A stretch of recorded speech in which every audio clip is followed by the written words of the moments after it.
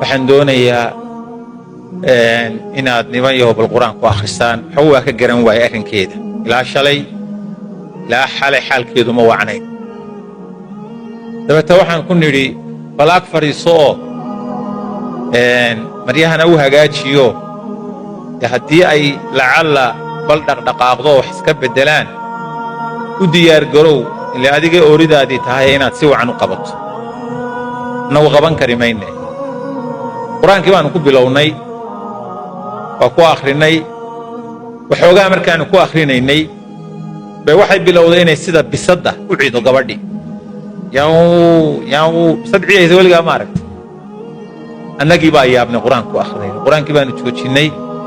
waxaan isni bal hubsada horta ma gabadhan aad qur-aanka ku akhrinaysaan baa sida bisadda u ciyaysa se bisad baa qolka ku jirta horta.